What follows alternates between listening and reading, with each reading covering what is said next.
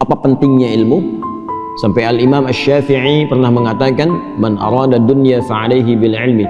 Kalau ingin sukses dunia, mesti pintar, mesti punya ilmu, belajar. Ya, karena itu pembuka dalam Al-Quran, wahyu pembuka menggunakan kata iqra, baca. Baca itu gerbang pertama pengetahuan. Orang banyak baca, banyak pengetahuan, potensi tinggi mendapatkan peningkatan status kedudukan di dunianya. Makanya coba lihat ya, ukuran materi dunia pun itu ilmu melekat. S1, S2, S3, salary-nya beda kan? Ya, kehormatannya beda kan? Nah, jadi kalau ingin meningkat dunia, kata Imam Asy-Syafi'i, tingkatkan pengetahuan dan belajarnya sampai paham. Jangan cuma datang, duduk paling belakang, nggak nanya, ya, terus ujian minjem catatan teman sehari sebelumnya. Ya, sampai paham, sampai mengerti, sehingga jadi pakar di bidangnya, jangan tanggung. Ya, fikih sekalian, kata Quran fikih sekalian. Quran surah 9 ayat 122. Insan beriman tuh kalau belajar, ya, dia pastikan apa yang dia pelajari paham, tidak keluar dari ruangan sampai dia mengerti apa yang dipelajari. Lihat tafaqahu fid din. Kemudian waman aradal akhirah fa'alaihi bil ilmi. Kalau menginginkan sukses akhirat pun, kata Imam Asy-Syafi'i, itu modalnya ilmu juga. Ilmu juga. Ya, bagaimana bisa salat kalau nggak ada ilmunya? Ya, bagaimana bisa zakat dengan benar kalau nggak tahu ilmunya? Kepada siapa dikeluarkan? Kalau nggak tahu ilmunya, nggak paham cara menunaikan salat, nggak tahu bilangannya, besok-besok nanti subuh 4 rakaat.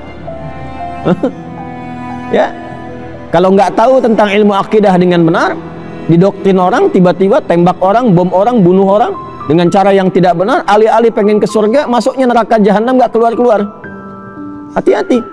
Wa may yaqtul mu'minan muta'ammida fajaza'uhu jahannam wa ghadiballahu 'alaihi khalidan fiha wa ghadiballahu 'alaihi wa la'anahu wa 'adda lahu 'adzaban 'azima. Siapa yang sengaja merencanakan pembunuhan dan korbannya ada satu orang beriman saja, satu saja, maka ancamannya, tuh ancamannya, pidana itu ancamannya, ya, neraka jahanam, kekal di dalamnya, nggak keluar-keluar. Allah murka kepadanya, Allah melaknatnya, dan dijanjikan sudah masuk jahanam siksanya berlipat, kata Allah. Jahanam saja sudah nggak kebayang, dan siksanya berlipat. Tuh, tergambar nggak tuh? Ya, tergambar nggak tuh? Surah An-Nisa itu, ya, ayat 93 itu sampai dengan 94 itu merencanakan pembunuhan sengaja. Dan saya lihat sekarang itu kayaknya tidak meresap kepada jiwa-jiwa insan yang mengaku beriman. Hampir tiap hari kelihatan tuh, terdengar, terbaca peristiwa-peristiwa yang sampai saking mudahnya menghilangkan nyawa padahal ancamannya tinggi. Ya. Bagaimana kalau bukan beriman? Faka'annama qatalan nasa jami'a. Hati-hati. Satu manusia pun itu di sisi Allah kalau sengaja itu terjadi, itu dosanya seakan membunuh semua manusia. Tinggi. Ya. Karena itu biasanya kalau ada satu pasal dalam undang-undang bahkan di kita itu yang ancamannya tinggi, berarti perbuatannya berbahaya. Ya. Coba lihat narkoba itu kan, terorisme dan macam-macam yang lainnya, ancaman pidananya tinggi kan, hukuman mati atau bahkan seumur hidup. Intinya ingin menunjukkan ada perbuatan yang sangat berbahaya, jangan dilakukan. Ya, nah itu sebetulnya sudah fitrah kehidupan. Al-Quran membawa fitrah yang sama, kenapa disoal?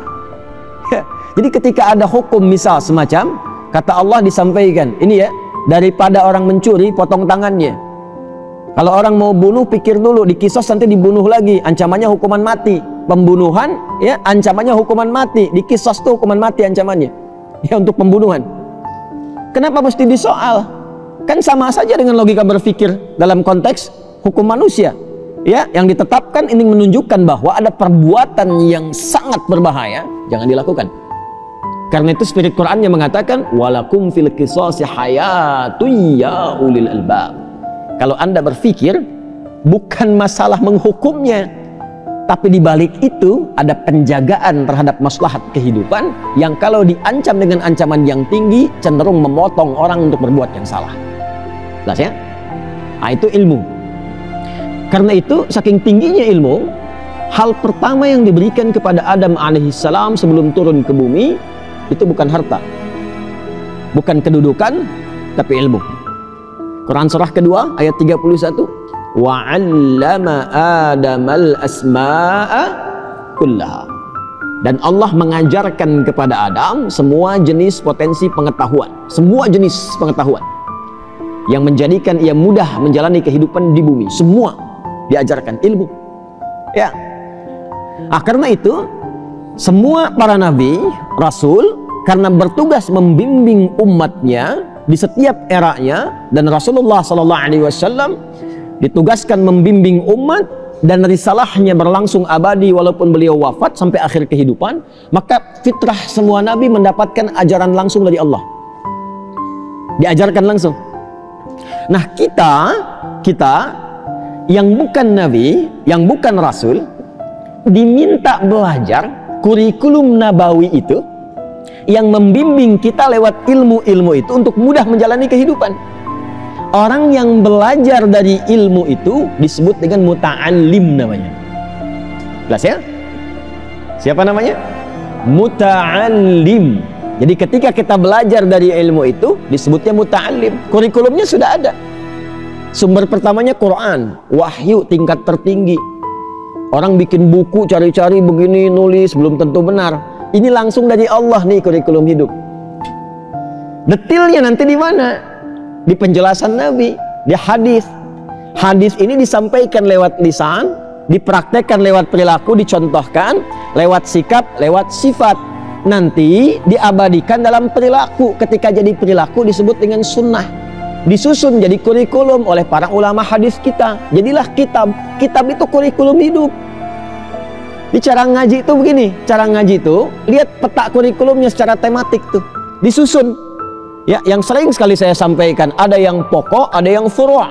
Yang pokok tuh kayak kita toharah, apapun Anda profesinya, mau pejabat, mau diplomat, birokrat, mau rakyat biasa, mau guru, pengajar, teknokrat, arsitek, tetap wudu kan? Ya, tetap sholat kan? Ya kan? Puasa juga kan? Nah, itu yang pokok namanya. Nanti disusun babnya apa saja. Bab menjaga iman, kitabul iman. Ada ayatnya, ada hadisnya. Apalagi misalnya bab taharah, ya, bab tentang sholat, disusun babnya, ada ayatnya, ada hadisnya. Nah, nanti yang sifatnya furu', cabang pilihan kehidupan, tuh milih sesuai passion, bakatnya masing-masing. Yang mau bisnis, nanti ada bimbingan bisnis disebut dengan kitabul buyu'. Yang di pemerintahan nanti ada kitabul imarah. Yang di ilmu ada kitabul ilmi. Semua ini sudah dihimpun oleh para ulama hadis kita. Dimudahkan kepada kita, bentuknya kurikulum. Yang paling viral misalnya Sahih Al-Bukhari, Al-Jami' As-Sahih Al-Musnad Al-Mukhtasar min umuri Rasulillah sallallahu alaihi wasallam wa sunanihi wa ayyamihi. 97 kurikulum hidup, 97 bab topik. Ya, dibuka satu-satu, ini topiknya, ini hadisnya, ini topiknya, ini ayatnya, ini hadisnya. Tinggal kita buka profesi kita apa, pelajari yang pokok, pelajari yang furu'.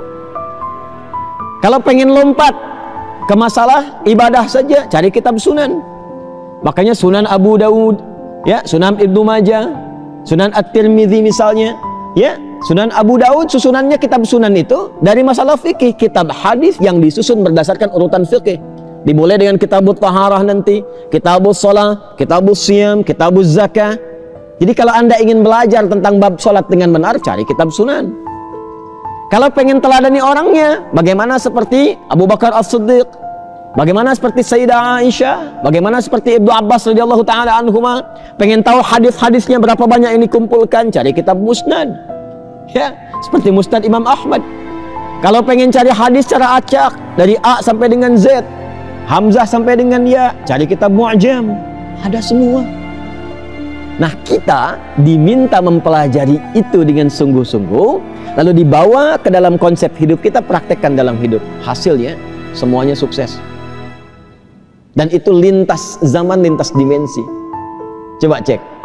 Nabinya meninggal, sahabat praktekkan, sukses. Sahabat meninggal, tabi'in hidup, sukses tabi'innya. Dibawa ke Iberia, Spanyol, Portugal, jadi peradaban. Lalu belajar dari situ beberapa yang dari barat, ya. sampai menjelma menjadi kemajuan yang sangat luar biasa, mencerahkan barat. Ya. Dibawa sampai saya dari Harvard kemarin saat di Amerika. Harvard itu asalnya gereja asalnya, dan di situ belajar dari spirit masjid. Di masjid itu dulu bukan hanya fungsi ibadah, orang belajar.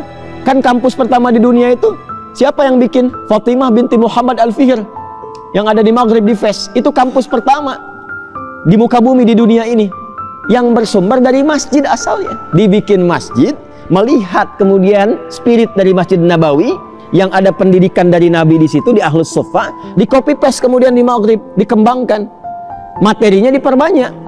Di situ ada matematika, ada fisika, ada kimia, selain tafsir, hadis dan sebagainya. Eropa datang ke situ, ya, pada belajar ke situ, termasuk utusan-utusan gereja belajar ke situ, ya. Dan itulah beliau yang ahli syam, ahli tahajud. Fatimah binti Muhammad Al-Fihir ini ahli puasa, ahli tahajud, dari Qairawan asalnya, dari Tunisia. Saya pernah ke Qairawan. Dan itu yang pertama kali mendesain toga wisuda. Itu yang desain itu perempuan, orang Islam. Gak banyak orang tahu itu. Makanya awalnya segi 4 hitam kan, ya. Itu spiritnya dari Ka'bah. Ini bukan ilmu takatik ya, ini nyata. Ini baca ya, baca. Ini asalnya dari Ka'bah, 4 sudut, 4 sisi, warnanya hitam. Maksudnya apa? Sekalipun sudah banyak ilmu, tawadhu, hadapkan dirimu, walli wajhaka syatral masjidil haram. Niatkan ikhlas karena Allah. Ditarik ke kita jadi kopiah hitam tuh. Makanya tidak disebut qalansuah. Bahasa Arabnya kan bukan kopiah ini, peci ini, taj atau qalansuah. Kenapa dibilang kopiah? Dari kata khufyah. Khufyah itu takut, tunduk. Kalaupun banyak ilmu tuh menunduk, jangan sombong. Kalau udah pakai kopiah itu tunduk, jangan sombong. Kalaupun mulai banyak, jangan mudah salahkan orang. Ya, tenang, baik. Pakai baju koko, baju takwa, walibasu takwa dzalika khair. Bawahnya sarung. Kok sarung? Kan bahasa Arabnya izar. Kenapa bukan izar? Dari syar'an, sarungan. Hidup itu pakai syariat, syar'an. Hiduplah dengan syariat. Gunakan takwa. Kalau sudah soleh, tunduk. Kakinya pakai baqiyak, al-baqa wal yakin. Itu asalnya. Makanya orang pesantren pakai baqiyak kan? Ya, baqiyak itu dari mana katanya itu? Al-baqa wal yakin. Ya, melangkah dengan yakin pasti, wal baqa lillah, karena Allah. Itu asalnya. Orang tua kita itu tidak banyak dulu materinya, cuman dipraktekan. Orang sekarang banyak materi nggak dipraktek-praktekan gitu. Banyaknya diperdebatkan.